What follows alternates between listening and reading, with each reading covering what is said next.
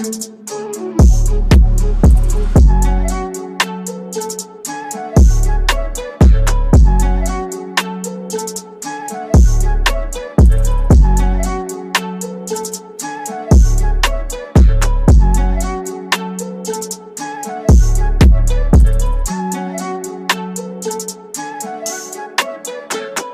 popping, gang? It's your girl Sammy Alexis. The A is short for Alex, Alex is short for Alexi, and Alexi short for Alex. What? Bro, what are you talking about, man? Period. Before we get into the video, I need you to like, comment, share, and subscribe to my channel right now. Right now, as we speak. Because listen, we're growing so fast. It's like I be saying on the road to 2K, and like we hit 2K already, like by the time I post the video. So as of right now, we're on the road to 7K. 7K, okay? This is so like exciting. First of all, let me just take a moment to say that I really appreciate you guys so much. Like, I wish I just knew all of you in real life, for real. I do want to do a giveaway at 1K. Wow, we passed that. I do want to do a giveaway at 10K subscribers. So if you guys have any ideas on things that you would like, just let me know. Like, hit me up my DM. I really bang with y'all. Like, y'all are mad cool. Y'all are mad fun. Like, I don't really have that many friends in real life. I know it doesn't seem like it, right? But I don't really have that many friends in real life. So yeah, I like to talk to my supporters a lot, all day. Anyways, yeah, we on the road to 7K. So click that subscribe button right now. As you can see, your girl got a new phone in these streets. I do phone in these streets. Because how I was finna be a baddie, and I had like the same phone for like 2 years. So, and on top of that, I couldn't take selfies because my front screen was broken. And Apple was talking about them $200 to fix front screen. Like, come on now. So your girl went and bought a new phone. I didn't do a unboxing, iPhone 12 unbox video because I feel like it was just too late. Like, it's just too late for that. Is it not too late? I don't know. Is it still too late? Because if it's not too late, if y'all say it's not too late, I will block off this phone, put it back in the box, and act like it's my first time opening it, okay? So let me know if it's not too late to do an iPhone unboxing. Or I can do a what's in my iPhone. If you would like to see that video, what's in my iPhone, the type of apps I have, maybe I'll send little messages, little DMs or whatever, shout some people out, you feel me? If you want me to do that video, just let me know and I'll do it, duh. I'm not gonna make this video super duper long, only because my last video, I kind of dragged it, 27 minutes. The goal was kind of supposed to be 15 minutes and that's it.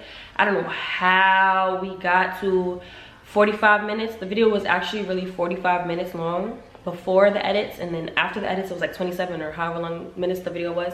And yeah, that was hell. So we're not gonna make this video extra long. I just have a few points that I want to touch on about the episode and tell you how I feel. So we're gonna just jump straight into this video. The previous episode before, like, they made it seem like 305 was going home, so it was kind of like a cliffhanger to y'all. But at that moment, it actually, in the time span it happened, she was actually about to go home. And I didn't see braids for a while.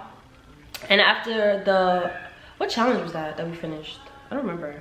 After the circle, the vibes just wasn't 100% there, as you guys can see. So everybody was kind of just doing their own thing. We didn't know whole time Kai went to production, well, braids went to production and spoke to them. And after she did that whole thing, I told her like it was hella dope of her. Like, I actually cried. That's really the first time, well, no, that's kind of like the second time I actually really cried being there. And I felt like that was really dope of her. Like, I told her I respected her 1000%, because braids is the only person from the boot camp that I was speaking to like before we even got there. I met her from semi-finalists. So I kind of already had conversations with her about, you know, where she wanted to go with this. She told me what she gave up to be there. I told her what I gave up to be here. You know what I'm saying? So the respect level for her was like up here after she did that, because not many people would do that. And I'll stand on that. Not too many people would do that. We all came for one purpose, and she just gave it up like it was nothing. I remember they asked, like, are you sure? Are you sure? She's like, hell yeah, I'm sure. Like, I'm ready to just give it up, sir. give up my spot. So I respected her for that. And when Carmen had asked us at the time, each of us, would we give up our spot for somebody else? I was kind of asking like myself, why are you asking that? Like what's the catch? Like, who do we have to give up our spot to? I don't want to give up my spot for nobody. I don't want to give up my spot for nobody. So looking back at it now, my answer was if the person really needed a spot there, and what did I say? If they needed it more than like if I knew their story and like what they were trying to do and like why they needed it, then yeah, Knowing what I know now, looking back on everything in the situation, I can say that no, I would not give up my spot for nobody. Hell no, absolutely not. Now we move on to the food challenge, and don't get me wrong, it was actually fun to do the food challenge. And it's crazy because in my head at home, I was thinking to myself, I watched Tube House. If you didn't watch Tube House, it's on Carmen's channel as well. It's like another show similar to the Bootcamp, but with YouTube couples. I watched Tube House and I was looking at all the challenges and dares and everything she had them do. In my head, I was like, would I do something like this? Like, they standing on Legos in a truck. They doing challenges in the house, like slipping, sliding on oil. Like, listen, there was a lot going on for Tube House, okay? Go pick a season and binge watch. It was something. It was very interesting. So as I was watching Tube House back during quarantine, I was like, would I do this? It's crazy. And it's funny because I seen the application after for Carmen's Bootcamp a couple months later, and here I am today. I kind of like low-key prepared myself for the worst. And by worst, I mean like eating dry bugs, eating worms. Whose show was that did? Oh, I think it was Neek and King's show.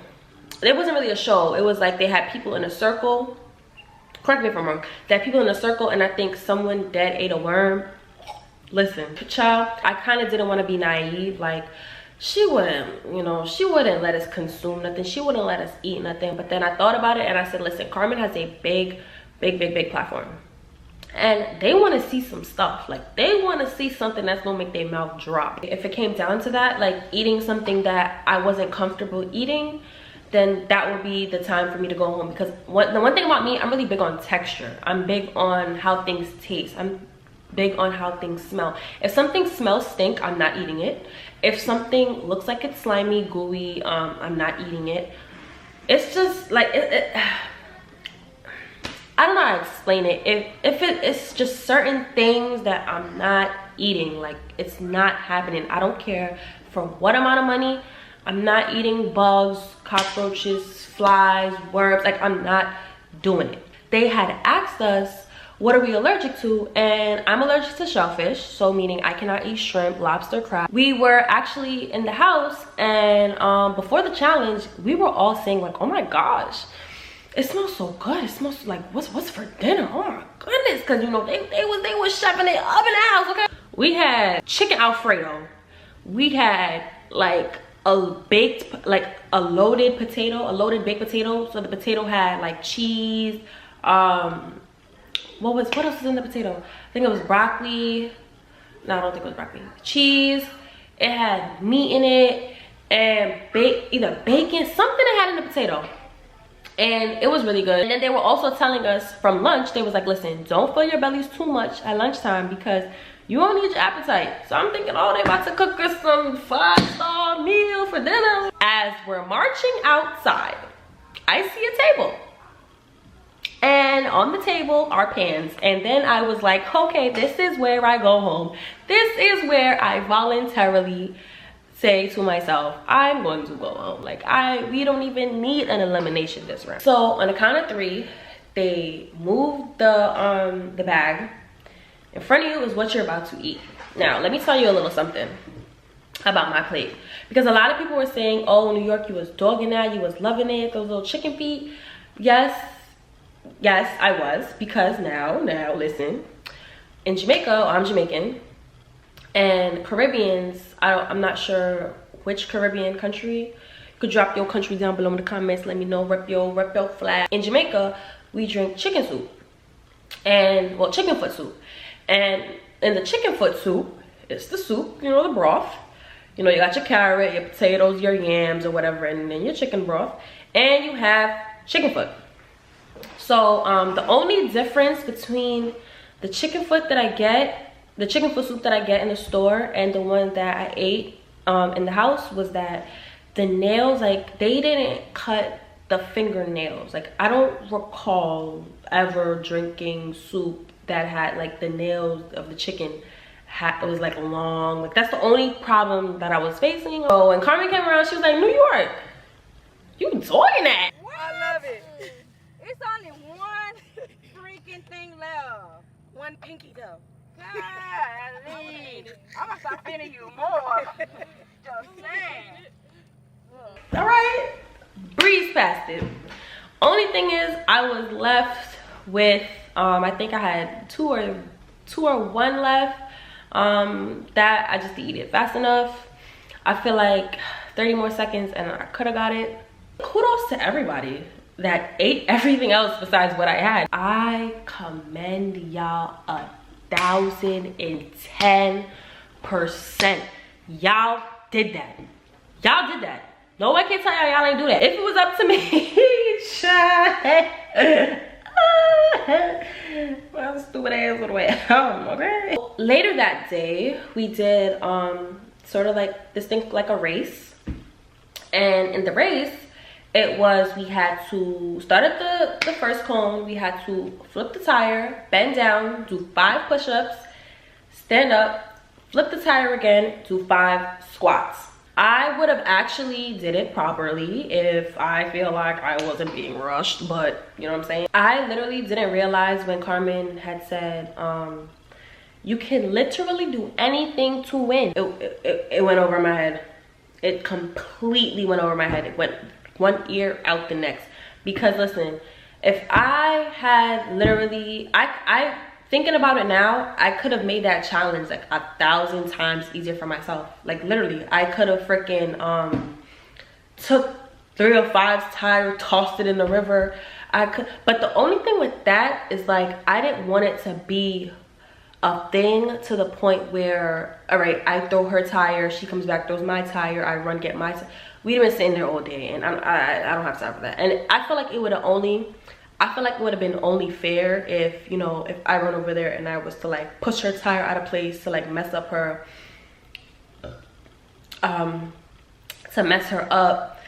think it would have only been fair for her to come back at me and like, you know, try to push me out the way or take my tire. I feel like it would have been fair. So I kind of like just let that idea rock out. But it would have been interesting to see. I'm kind of sad no one did that because I really wanted to see it. That challenge though was so difficult. 2 weeks prior to me going back to Houston from the semifinalists, I said to even from before the semifinals when I got picked, I said to myself, I'm gonna go to the gym, I'm gonna dedicate 4 days out, 7 days of the week, and go to the gym, you know, tighten up my arms, get my abs in order, my thighs fit, you know what I'm saying?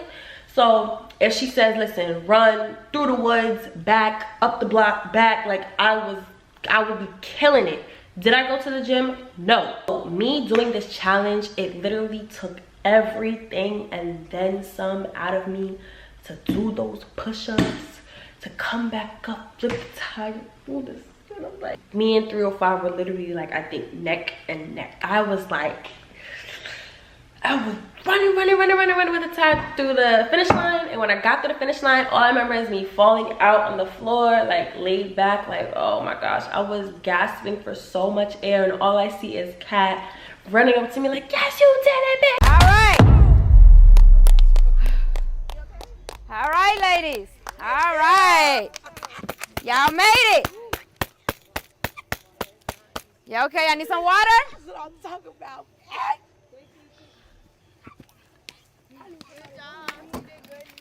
And in my head, I'm like, I did it. I did it. Like, I did it. I was so freaking tired. Moral of the story is, if you're looking for a sign to get your ass up and go to the gym, this is your sign. Get up and go right now. Stop this video right here, right now. Go to the gym. Okay. Drop a comment down below which one did you think so far was like the worst or the hardest challenge that it looked like it was difficult to do. In the end, your girl was safe to see and live another day. I'm gonna just leave it at that, you know what I'm saying? Are you guys enjoying the show so far? Let me know. Drop it in the comments below. I appreciate you guys. I love you guys so much. You guys keep me going on the tube for real. Let me know what videos you want to see other than Carmen's Bootcamp because I got y'all. Other than that, I'm gonna see you guys in another video.